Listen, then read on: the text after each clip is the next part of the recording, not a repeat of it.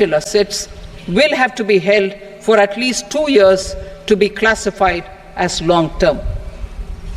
Unlisted bonds and debentures, debt mutual funds, and market-linked debentures, irrespective of holding period, however, will attract tax on capital gains at applicable rates.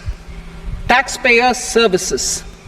All the major taxpayer services under GST and most services under customs and income tax have been digitalized. All remaining services of customs and income tax, including rectification and order giving effect to appellate orders, shall be digitalized and made paperless over the next 2 years. Litigation and appeals.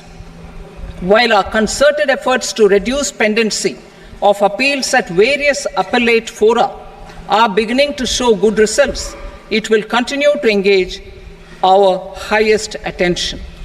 To dispose of the backlog of first appeals, I plan to deploy more officers to hear and decide such appeals, especially those with large tax effect.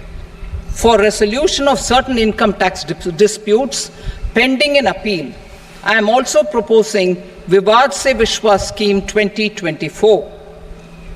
Further, I propose to increase monetary limits for filing appeals related to direct taxes, excise, and service tax in the tax tribunals, high courts, and Supreme Court to 60 lakh rupees, 2 crore rupees, and 5 crore respectively, with a view to reduce litigation and provide certainty in international taxation. We will expand the scope of safe harbor rules and make them more attractive. We will also streamline the transfer pricing assessment procedure. Employment and investment. I have a few proposals to promote investment and foster employment. First of all, to bolster the Indian startup ecosystem, boost the entrepreneurial spirit, and to support innovation, I propose to abolish the so-called angel tax for all classes of investors. Second, there is tremendous potential for cruise tourism in India. To give a fillip to this employment-generating industry, I am proposing a simpler tax regime for foreign shipping companies operating domestic cruises in the country. Third, India is a world leader in the diamond cutting and polishing industry, which employs a large number of skilled workers.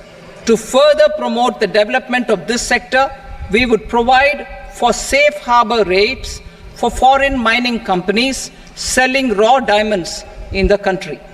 Fourth, to attract foreign capital for our development needs, I propose to reduce the corporate tax rate on foreign companies from 40 to 35%. Deepening the tax base.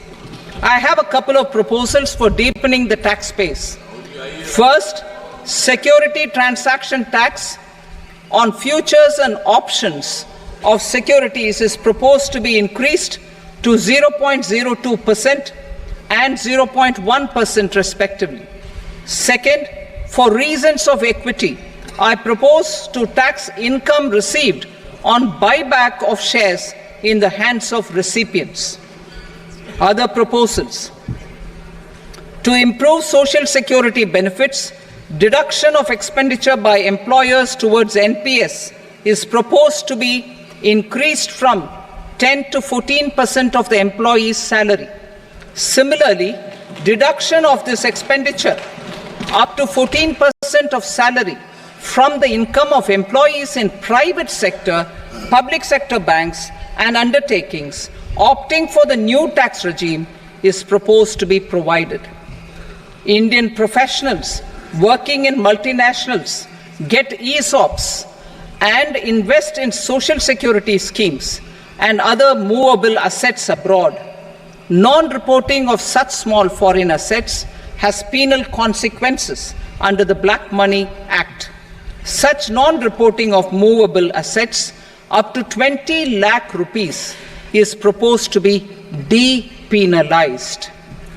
Other major proposals in the finance bill relate to withdrawal of equalization levy of 2%, expansion of tax benefits to certain funds and entities in IFSCs, and immunity from penalty and prosecution to Benamidar on full and true disclosure so as to improve conviction under the Benami Transaction Prohibition Act 1988. Personal income tax. Coming to personal income tax rates, I have two announcements to make for those opting for the new tax regime. First, the standard deduction for salaried employees is proposed to be increased from 50,000 to 75,000 rupees.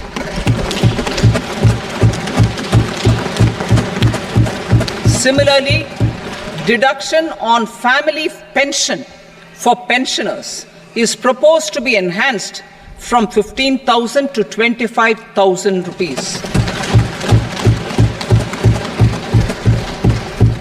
This will provide relief to about 4 crore salaried individuals and pensioners.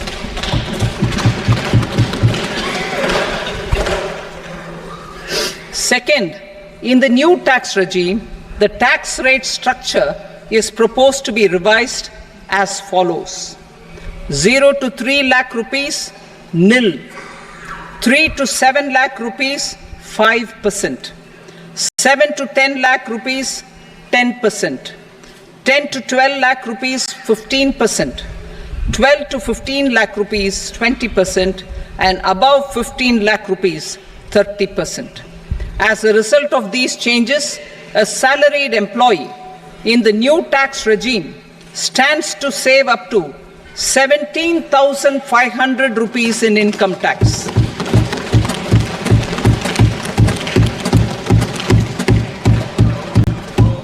Apart from these, I am also making some other changes as given in the annexure. As a result of these proposals, revenue of about 37,000 crore, that is 29,000 crore in direct taxes and 8,000 crore in indirect taxes, will be foregone, while revenue of about 30,000 crore rupees will be additionally mobilized. Thus, the total revenue foregone is about 7,000 crores annually. Mr. Speaker, sir, with this, I commend the budget to this august House. Jai Hind.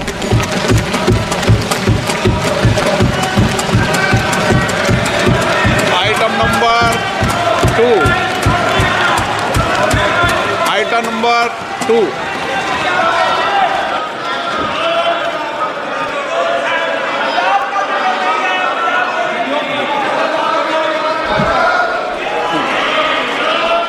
Sir, with your permission, I rise to lay on the table the following statements under Section 3 of the Fiscal Responsibility and Budget Management, FRBM Act 2003, Medium-Term Fiscal Policy cum Fiscal Policy Strategy Statement and Macroeconomic Framework Statement. Item number 3. Sir, with your permission, I rise to move for leave to introduce the Finance number 2